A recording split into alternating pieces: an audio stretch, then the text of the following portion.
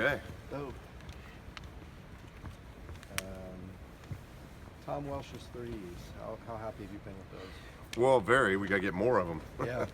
Because he's proved here early in the season that one, he can make them, and the guys are looking for him more. And there's got to be a balance, obviously, because he's so good inside. And I think we're seeing a lot of growth. I thought the Michigan game, he had watched a lot of film going into that game with Wagner, and I think he really saw how he's got to run the floor. And he ran the floor and he posted as well as he's done since he's been here. And that's what Tom does. He just takes it all in and he learns. And so we got to get consistent with that, of how he runs the court and how he posts.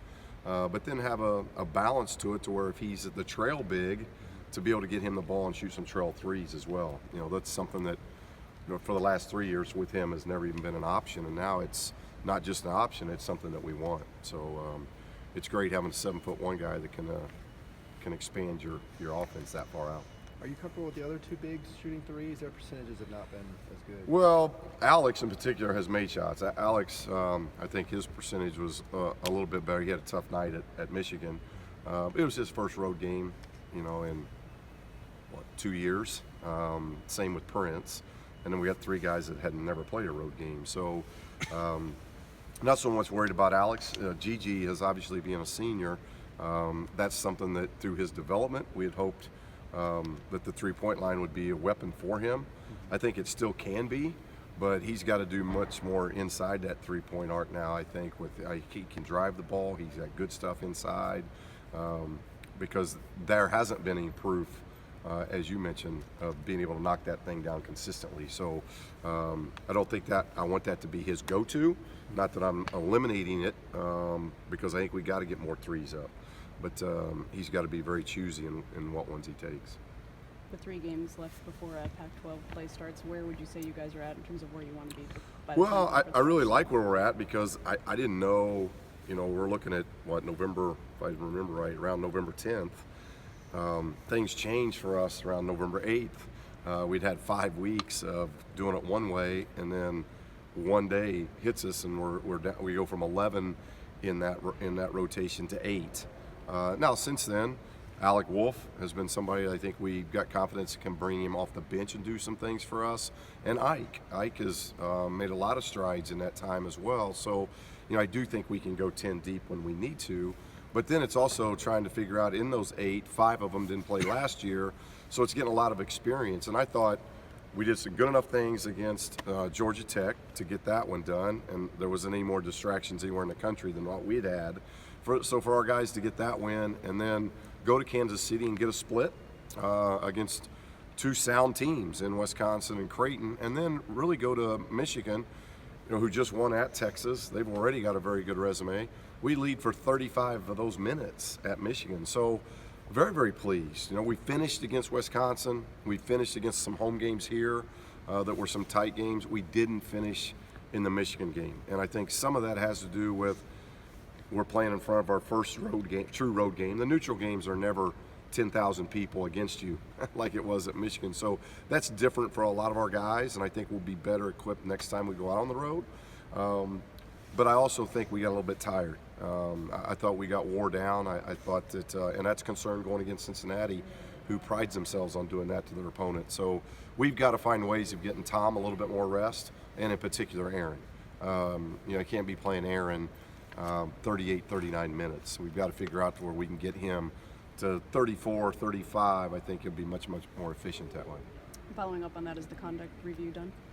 And no, it's not done, but we've heard the process is nearing end, and my hope is that we'll hear something. We're towards the end of the week now, if not the end of this week, by early next week. Is it going to coincide with the end of the quarter? Is that how it's? That I have no idea. I don't know on the coincidence of dates, because I haven't had anything to do with any of the interviewing process or who's doing the interview or any of that kind of stuff. So I think it's just the timetable, the individuals that's involved from the student council versus the players themselves going through it with their schedules. But I know both Jalen and Cody are done. They completed all their finals and paperwork by Monday evening or first of Tuesday, so they're done. You mentioned you would have input on the decision. Have you already talked to the people? Well, I about don't have that? input on. I'm not going to have any input on what comes out of the council. Once it comes out of the council, then there'll be input, from the council to, I'm sure, the chancellor, to Dan, third floor, whomever those individuals might be involved, and then obviously me being a basketball coach of just what we do moving forward, depending on what comes out of that. The decisions are made with the council. So I don't have input until that's cleared. Once that's cleared, then I'll have my input on what I think's best. What would that be like for you guys to finally know what you're dealing with probably this week? How much of it? Well, I think it's just one more of those distractions that we get behind us. And again, the guys in the locker room have had nothing to do with any of it, and that's why I'm very pleased with where we're at. Getting back to your question of where are we at, our 9 games that we've had a game canceled, we've had immense travel, we've had all kinds of distractions that you usually don't get second week in December. And so this young team's had to deal with a lot, and yet they're 7-2 and playing well.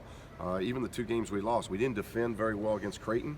Now, since the Creighton game, our defense has taken a huge hike, and we've gotten a lot better.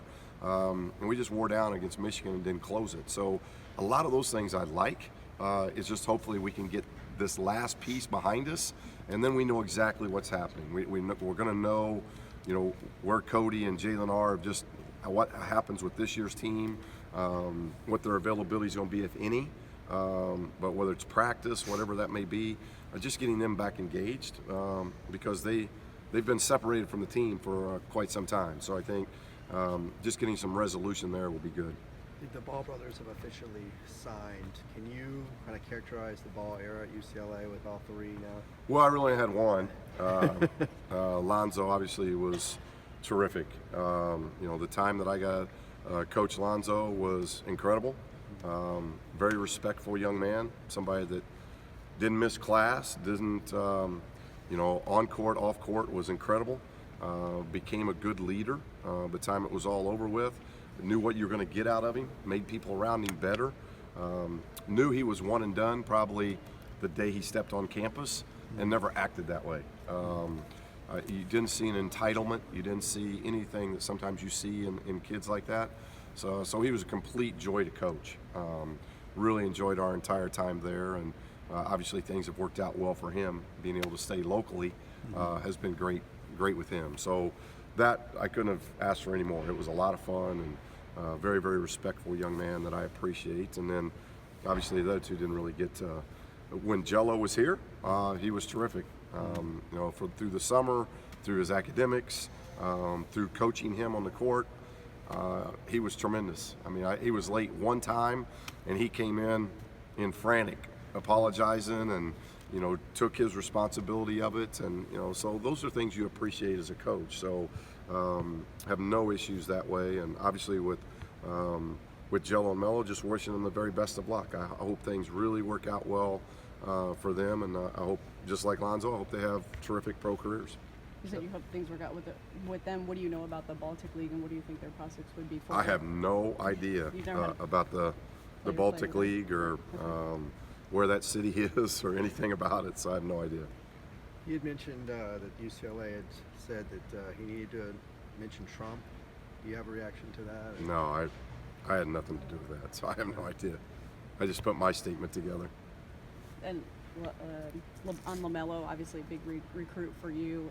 Now that you could talk about him since he's signed, no longer a recruit coming here, what does that mean for that future class? And would you consider that disappointment or whatever that you lose him for that?